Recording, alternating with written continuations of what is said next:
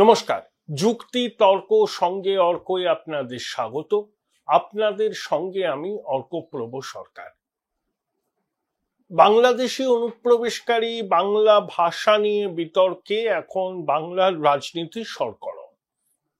এই আবহে 20শে অগাস্ট সংসদে দাঁড়িয়ে কেন্দ্রীয় স্বরাষ্ট্র প্রতিমন্ত্রী নিত্যানন্দ রায় একটা তথ্য পেশ করেছেন।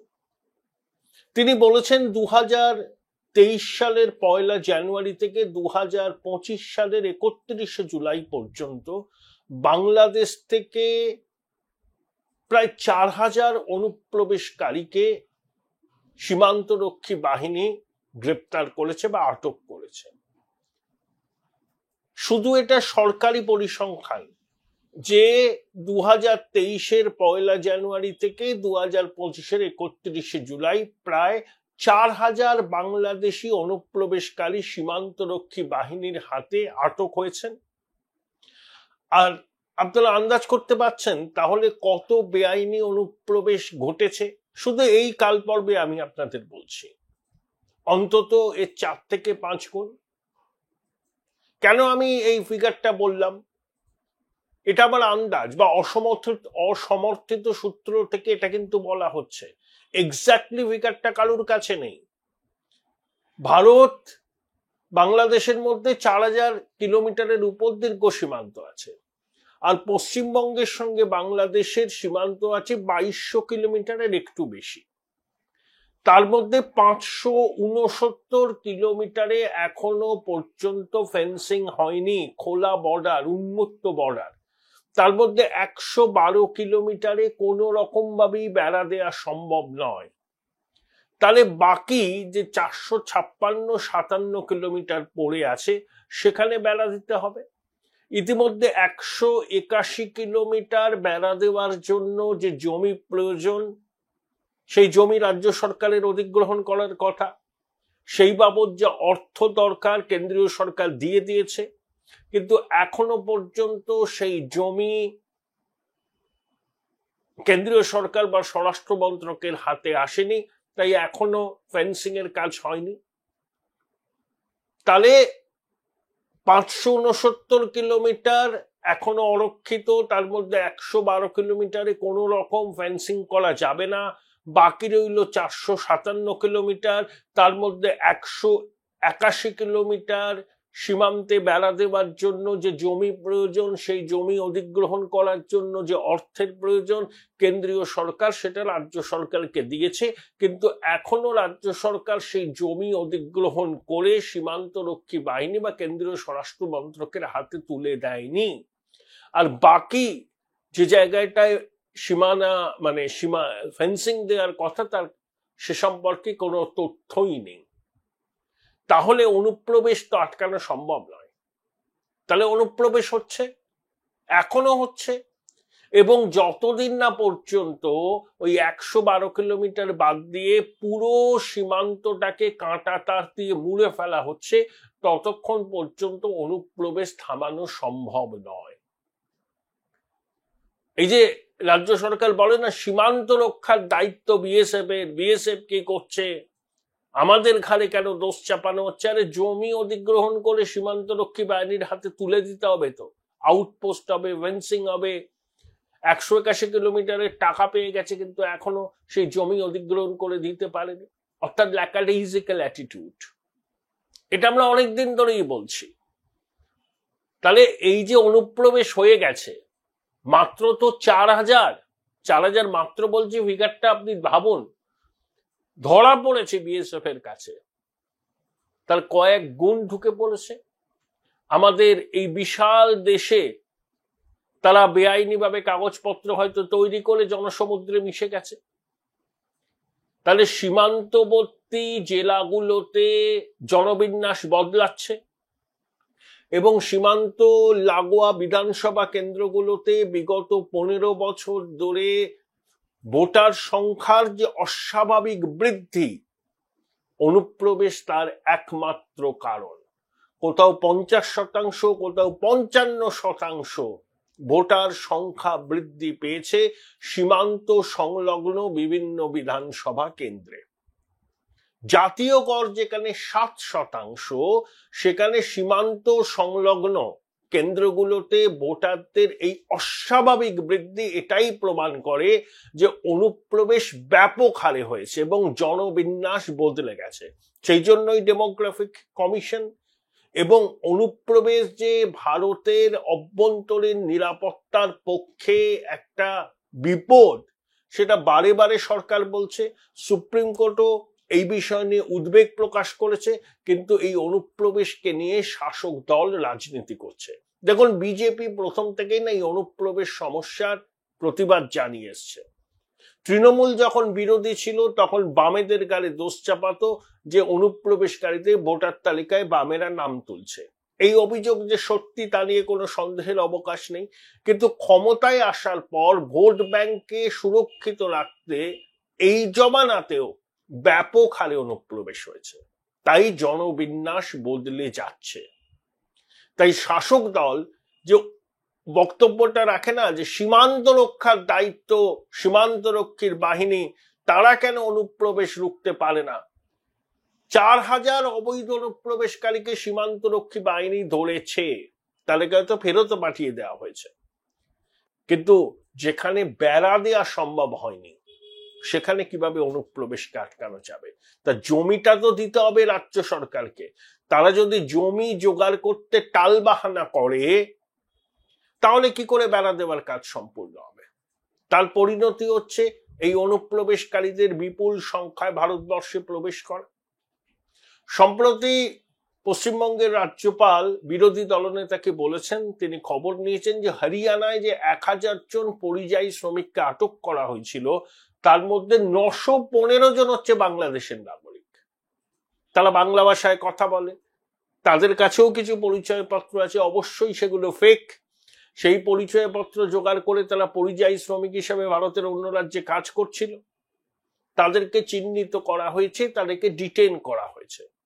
এই যে তৃণমূল যে ন্যারেটিভটা তৈরি করছে, ভাষা সন্ত্রাস, বাংলা বললেই আক্রান্ত হচ্ছে, যে সম্পূর্ণ ফেক ন্যারেটিভ, মানুষকে বিভ্রান্ত করার একটা সুকৌশলে প্রচার, এটা কিন্তু দিনের আলোর মতো স্পষ্ট। নো টেকার্স, আমি আগে বলেছিলাম ফিউ টেকার্স, এখন বলছি নো টেকার্স।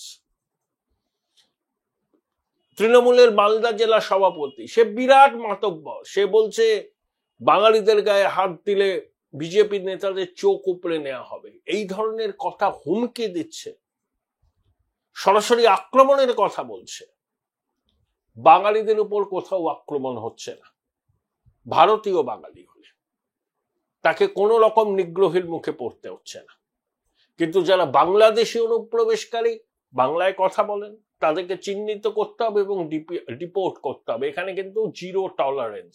যতই তৃণমূল আস্ফালন করুক, দেখে নেব বলুক, হ্যানকারিংয়ে ট্যানকারিংয়ে বলুক, এই অভিযান চলবে। ভারতবর্ষের সবকটি রাজ্যের সরকার এই বিষয়ে উদ্যোগী হয়েছে, কারণ এটা জাতীয় নিরাপত্তার পক্ষে বিপজ্জনক। ব্যতিক্রম শুধু পশ্চিমবঙ্গ। এখানে শুধু ভোট ব্যাংককে তুষ্ট করার একটাই লক্ষ্য রাজ্যের শাসক দলের, তাতে জাতীয় নিরাপত্তা, ডেমোগ্রাফিক চেঞ্জ হোক, তাতে কিছু এসে যায় না তাদের। তারা ভোট কুড়নি দল, যে কোনো মূল্যে বঙ্গেশ্বরীর ভোট চাই, তার ভোট ব্যাংক যাতে অক্ষুণ্ণ থাকে, কারণ ওই ভোট ব্যাংকই তাকে ক্ষমতায় রেখেছে। ওই ভোট ব্যাংক ছাড়া তার সমর্থন কিন্তু তলানিতে।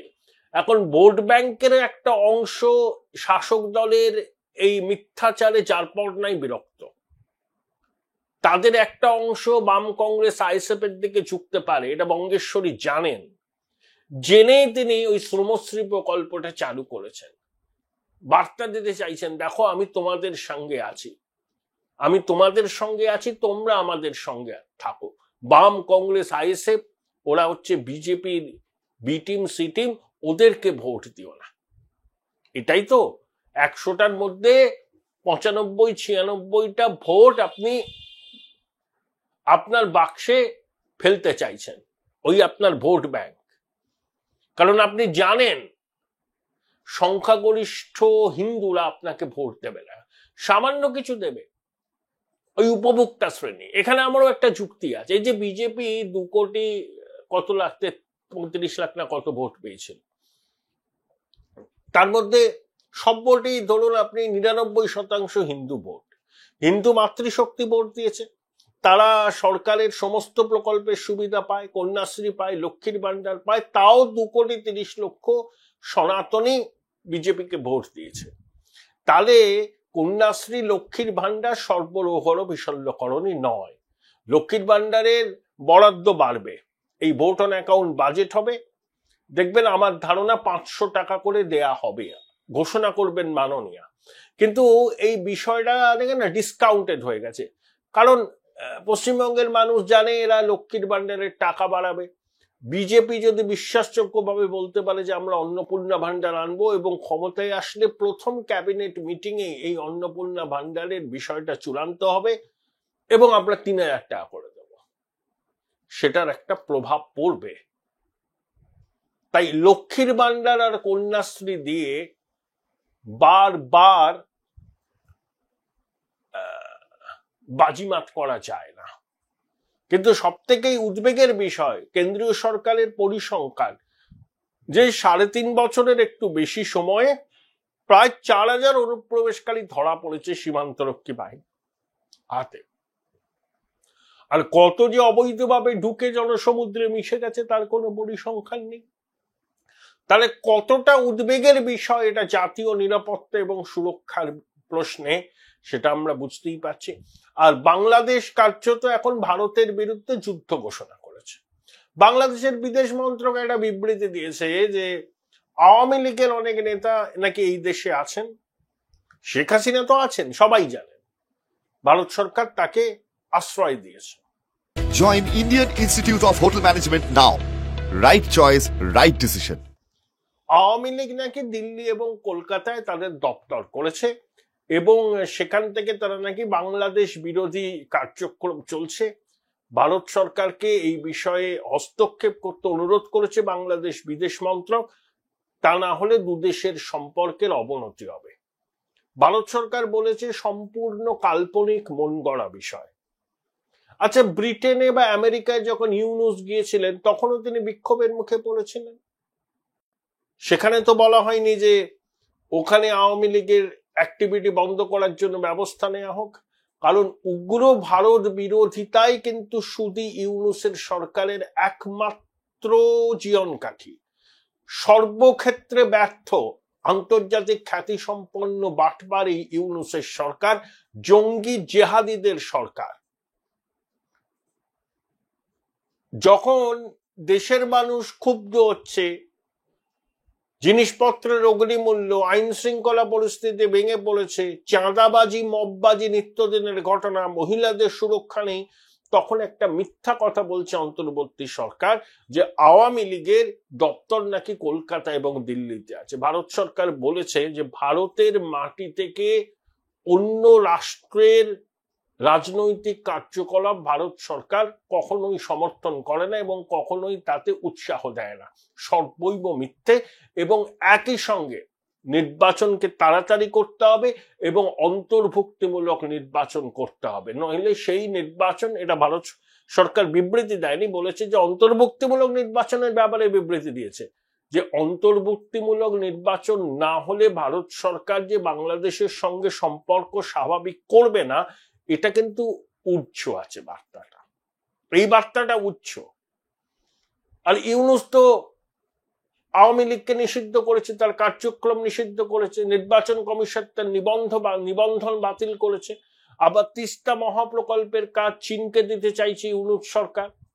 চীনের সঙ্গে আমাদের সম্পর্ক এখন যথেষ্ট ভালো, সরাসরি বিমান চলাচল শুরু হবে, ড্রাগন আর হাতি একসঙ্গে নাচবে, চাইনিজ ন্যাশনালদের ট্যুরিস্ট ভিসা দেওয়া হচ্ছে, কৈলাস মানস সরোবর যাত্রা শুরু হচ্ছে, ব্যবসা বাণিজ্য বাড়বে, সীমান্তের পরিস্থিতি অনেক শান্ত। চীনের বিদেশ মন্ত্রী ওয়াং হি এসে অজিত দোভাল, জয়শঙ্কর এবং প্রধানমন্ত্রীর সঙ্গে দেখা করেছেন। আমরা চীন আমাদের প্রতিবেশী, চীন রাশিয়া ভারত একটা অক্ষ তৈরি হচ্ছে। এস জয়শঙ্কর মস্কো গেছেন, সার্গেই লাভরভের সঙ্গে তার বৈঠক। অগাস্ট মাসের শেষে চীনে যাচ্ছেন নরেন্দ্র মোদী, সেখানে রুশ প্রেসিডেন্টেরও আসার কথা। তাহলে শি জিনপিং, নরেন্দ্র মোদী এবং ভ্লাদিমির পুতিনের মধ্যে একটা বৈঠক হওয়ার সম্ভাবনা উজ্জ্বল হচ্ছে। চীন ভারত পরস্পরের প্রতিবেশী, আমাদের সম্পর্কের টানাপোড়েন আছে। চীন যে বৃহৎ শক্তি এ নিয়ে তো আমাদের মনে কোনো সন্দেহ নেই। আবার ভারতের যে অ্যাসপিরেশন আছে সেটাকে চীন চ্যালেঞ্জ বলে মনে করে, এটাও ঠিক। But we cannot change our neighbour, আমরা তো প্রতিবেশীকে বদল করতে পারবো না। তাই আমরা চাই চীনের সঙ্গে সুসম্পর্ক। কিন্তু আমাদের সব থেকে বেশি কি বলবো আর কি উদ্বেগ বাড়াচ্ছে বাংলাদেশ। সেখানে পাকিস্তানের গোয়েন্দা বাহিনীর দাপাদাপি, জঙ্গি নেতারা ঘুরে বেড়াচ্ছে, উত্তর পূর্বকে অশান্ত করার হুমকি দিচ্ছে, বাংলাদেশের মাটি থেকে আইএসআই ছক কষছে, সেখানে রোহিঙ্গা শিবিরে রোহিঙ্গাদের নিয়ে আইএসআই ট্রেনিং ক্যাম্প চালু করছে যাতে আত্মঘাতী বিস্ফোরণ ঘটানো যায়। আর এটা সব থেকে উদ্বেগের বিষয়, অরক্ষিত সীমান্ত শুধু পশ্চিমবঙ্গের সঙ্গেই 569 কিলোমিটার। সবাইকে এটা ভাবতে হবে। যারা না ওই বিএসএফ এর ঘাড়ে দোষ চাপিয়ে নিজেরা হাত ধুয়ে ফেলতে চাইছেন, তাদেরও দায়িত্ব অনুপ্রবেশকে বন্ধ করা, কিন্তু তারা সেটা করবার ব্যাপারে সদর্থক পদক্ষেপ নিতে চাইছেন না। কেন চাইছেন না? সেটা হচ্ছে তাদের ভোট ব্যাংক রাজনীতির স্বার্থে।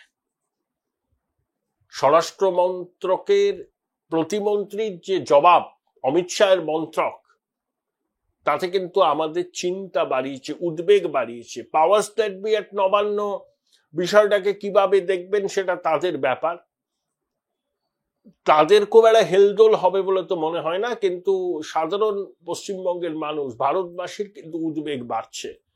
আপনার পাশের বাড়িতে আল কায়দা জঙ্গি আছে কিনা আপনি জানেন না, আপনার পাশের বাড়িতে আনসার আল্লাহ বাংলার জঙ্গি আছে কিনা আপনি জানেন না। একই ভাষায় কথা বলে, জনসমুদ্রে মিশে যাচ্ছে, এখানে ভোট দেয়। চিহ্নিত করা খুব মুশকিল যতক্ষণ না পর্যন্ত সীমান্তকে সুরক্ষিত রাখা হচ্ছে। কিন্তু এই প্রক্রিয়ায় রাজ্য সরকারের ভূমিকা একেবারেই সদর্থক নয়। তারা অনুপ্রবেশকে নিয়ে রাজনীতি করতে চায় ভোট ব্যাংকের স্বার্থে, কিন্তু জাতীয় নিরাপত্তার প্রশ্নে তাড়াতাড়ি জমি অধিগ্রহণ করে স্বরাষ্ট্র মন্ত্রকের হাতে তুলে দেওয়া যে তাদের আশু কর্তব্য জাতীয় নিরাপত্তার স্বার্থে, এই সামান্য সত্যটুকু তারা হৃদয়ঙ্গম করতে ব্যর্থ হচ্ছেন। অবশ্যই ভোট ব্যাংক রাজনীতি এবং তুষ্টিকরণের জন্য।